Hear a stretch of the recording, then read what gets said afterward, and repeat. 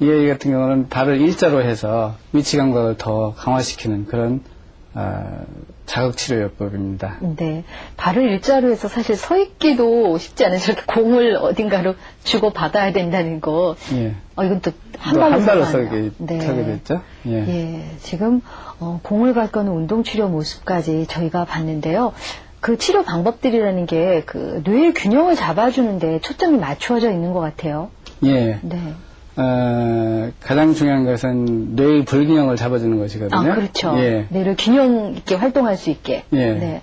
균형이 맞아야지만 이제 뇌 통합이 이루어지니까요. 그러기 위해서는 그 기능이 떨어진 뇌를 자극을 주게 되는데요. 자극을 주게 되면 뇌내의 어떤 한 특정한 부분이 활성화가 되게 됩니다. 지금 자극이 들어간 자극이 건가요? 활성화가 되고요.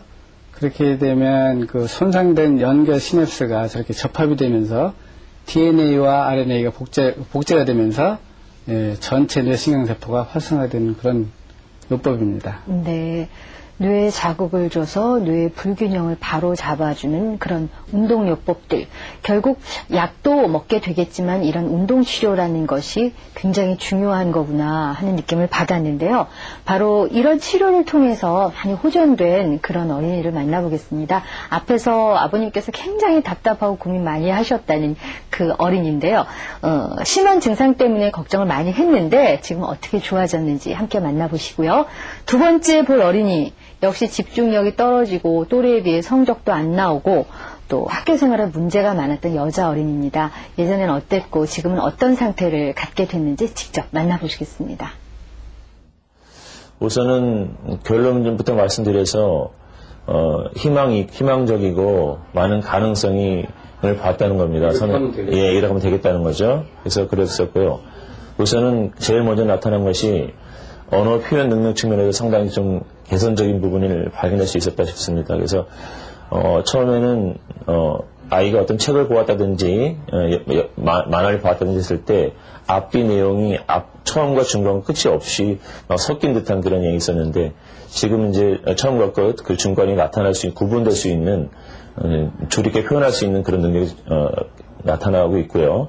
또 어떤 타인의 어떤 말에 대한 협응, 말에 대한 적당한 대답을 못하고 다른 답을 했었는데 지금은 순간적으로 나타나는 표현들이 상대방의 방언과 딱딱 맞아 떨어지는 어떤 그런 표현들을 하는 걸 봤습니다. 그때 상당히 고무적이다 봤고요. 좀 힘든 것만 안 하고 어려운 건 안 하고 자기는 안 되고 자기는 못하고 이런 생각이 좀 많이 좀 피해의식이랄지 부정적인 측면이 있었습니다. 근데 이제 스스로 인식을 통하고 또 엄마나 저와의 어떤 대화를 통해서 아이가 힘든 것도 스스로 해야만 하고 또 이겨내야 한다는 그런 인식을 갖게 되고요. 그러니까 이제 유치원에 갔을 때는 그러니까 저희도 애가 발달이 좀 늦다, 뭐 말도 늦고 행동도 늦고 그렇지만 어른들이 늦는 애들도 있다. 나중에 말도 뭐 늦게 터진 애들이 말도 잘한다. 이런 말씀 많이 하셔가지고 그냥 지켜보고만 있었는데 유치원에 갔는데 선생님이 우리 애기가 그 선생님 눈을 안 마주친대요. 그 약간 자폐의 그런 느낌이 든다. 그래서 그런 쪽에 좀 상담을 해봤으면 좋겠다. 선생님 그러시더라고요. 그러니까 일단은 단체 사회성이 많이 부족했었고요. 그러니까 이제 가장 가까운 예로는 동생하고 같이 노는 거에서도 너무 많이 싸움을 많이 했어요. 그러니까 모든 게 자기 중심적으로만 이루어지기 때문에 양보하는 것도 없고 그렇기 때문에 맨날 싸우고 그랬었고요. 공부하는 것도 한번 가르쳐주면 그게 내일 되면 잊어버려요. 그래서 내일 다시 가르쳐줘야지 자꾸 그날 반복을 해야지만이 그거를 인지를 하고 예, 그래서 너무 답답했어요. 일단은 제일 좋았던 게 고칠 수 있다는 그런 확실한 말을 들었을 때 제일 좋았고요. 또 기간이 다른 데는 뭐 좋아질 때까지 무한대였어요. 기간이 정해지지 않았고 하다 보면 이제 뭐 좋아지겠지 이런 그거였는데 여기는 4개월 정도 이렇게 기간이 딱 있더라고요. 그래서 4개월 정도면 올해 정도면 뭐 괜찮을 거다. 그렇게 확신을 좀 주시는 거가 제일 안심이었어요. 그래도 수업 시간에 책도 꺼내놓고, 예전에는 책도 뭐 안 꺼내놓고, 자기 맘대로. 예, 자기 생활을 자기 책, 자기가 좋아하는 책을 본다던가 아니면 다른 짓을 많이 했었어요. 그러니까 선생님하고 전혀 다른 행동을 했었는데, 지금은 이제 책도 내놓고 친구들이랑도 조금씩 어울리고, 그렇게 좀 바뀌었다고 하시더라고요. 네, 처음에는 원장 선생님이, 우리 애 정도면, 더 4개월 정도면, 치료가 될 것 같고 더 연장 안 해도 되겠어요. 이 정도면 대환영해요 했을 때 너무나 기뻤어요. 진짜 막 눈물이 났었거든요. 너무 기뻐가지고. 근데 지금 보면은 뭐든지 자기가 좀 약간 하고 싶은 그런 의욕이 좀 생긴 것 같아요. 그러니까 공부도 자꾸 이제 잘한다고 칭찬도 많이 해주지만 예전에는 100점을 맞아온 적이 없었거든요. 지금은 그냥 간단한 쪽지 시험이어도 100점 맞아오고 막 너무 좋아하고 좀 네, 많이 달라지셔서 지금 참 행복하시는 모습을 봤는데요. 저렇게 ADHD 증상으로 인해서 학습 부진을 일으킨다거나 운동 능력이 떨어진다거나 고민하는 그런 어린이 수가 실제로 얼마나 됩니까? 우리나라에는 아직 정확한 통계가 없습니다. 네. 우리나라 같은 경우는 한 반에 한 3, 4명 정도 있는 걸로 이제 보고가 되고 있고요. 미국 같은 경우는 그 학령기 이전 아동은 한 3% 내지 5% 정도 있고요. 학령기 아이들은 2%에서 20% 정도나 됩니다. 그리고 특이한 점은 여자에 비해서 남자들이 더 이런 ADHD라는 질환을 많이 앓고 있다는 것이죠. 자, 이렇게 치료받고 약 드시고 또 운동 치료받고 해서 이 ADHD 증상 앓다가 호전된 어린이를 또 만나보도록 하겠습니다. 처음 만나볼 어린이 8살 된 여자 어린인데요.